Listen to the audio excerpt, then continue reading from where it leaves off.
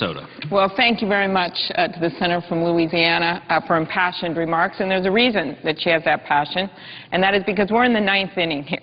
This is it. The time for political posturing is over.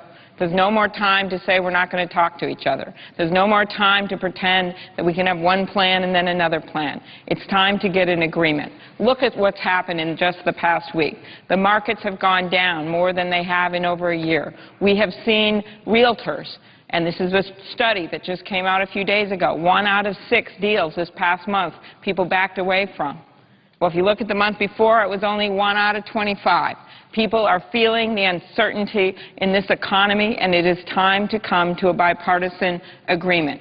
Last week, I held a call with business leaders from across my state to update them on the status of negotiations, to hear their thoughts and their concerns, to answer their questions. Their message back to me was clear and unified. If we fail to act, the consequences for our economy are real and serious. I will be honest, they don't care what combination of votes, Democrat, Republican, it takes to get us across the finish line. Many of them may prefer a Republican plan, some would prefer a Democratic plan, but what they want is consistency. They want us to get this done. They want us to not default on our debts. They want a deal to be passed by August 2nd that prevents the United States from defaulting on its financial obligations and provides some long-term certainty.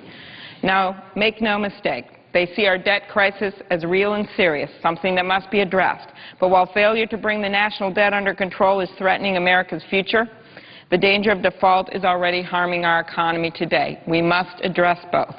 The U.S. Chamber of Commerce has called the possibility of default unthinkable and unacceptable, arguing that it will have real, immediate, and potentially catastrophic consequences.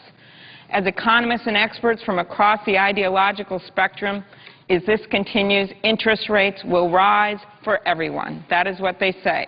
This will mean higher rates for American consumers and the small businesses who drive our economies. Car loans, mortgages, businesses, and student loans will all be more expensive. Higher borrowing costs and a falling dollar mean slower economic growth and slower job creation. That is the last thing we need right now. Just an hour ago, I received in my office an email from a major employer in my state saying that the commercial paper market nearly seized up yesterday, and by the afternoon, only overnight rollovers were possible. That's what they were seeing, and that was identical to what happened to capital markets in September of 2008, according to this major company. They said this in the email: the sooner the debt limit issue can be resolved, the sooner this market can begin functioning as it should, and the sooner lenders would begin lending for longer than overnight. Now, here's some things that I heard from business leaders in my state. This is from Hubert Joly, the president and CEO of Carlson Companies, headquartered in Minneapolis. It owns and manages over 2,000 hotels and restaurants across this country and across the globe. He writes this: as one of the largest private family-owned companies in the United States, Carlson would like to highlight how critical it is for Congress to reach a constructive compromise before August 2nd to ensure that the U.S. does not default on its debt obligations.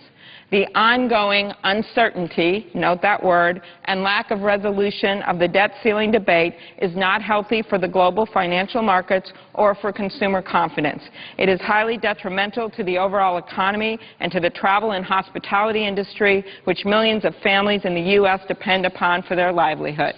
We therefore urge congressional leadership to act in the best interests of the nation and deliver a compromise agreement that avoids default and demonstrates the nation has a credible plan to reduce the federal deficit.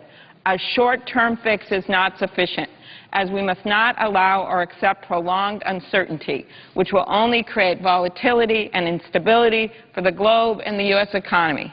Multiple other letters from snowmobile manufacturers, which I will later put in the record since we're having dozens come in every hour. I want to get them all gathered for tomorrow. But he says this: in regard to the current debt ceiling situation, default is not an option, and reasonable compromise is what we need to add certainty that will lead to growth for American manufacturers.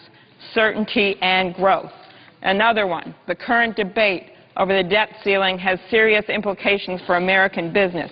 For example, The impact to my company will be felt not only by its 3,300 U.S. employees, but by suppliers, customers, and consequently shareholders. Just in case you don't draw the connection, these are major businesses that are in small towns throughout my state, sometimes the only major employer in those states. That's what they're saying. And let me tell you, these are not Democrats that are writing this letter. They are not siding on one particular plan or the other. They are just saying we need a compromise and we need it by August 2nd. Ken Powell, chairman and CEO of General Mills, a major Fortune 500 company, he writes, "We think it is critically important for the entire country, both at the business and individual level, that Congress come to an agreement on this issue and move forward." A major financial institution that manages the savings and retirements over 2 million individual business and institutional clients, he writes this, "I urge the U.S. Congress to reach a bipartisan agreement to raise the debt ceiling and return the country's focus to economic growth and job creation." None of us in this chamber want to see our economy damaged. Democrats don't want it, Republicans don't want it, and these letters show the business community in this country knows that we cannot have this happen. What they want is for us to work together to show the American people and the world that Washington isn't broken, that instead we're willing to put aside our politics to do what we've been elected to do and get this done. That's what's right for America. Senator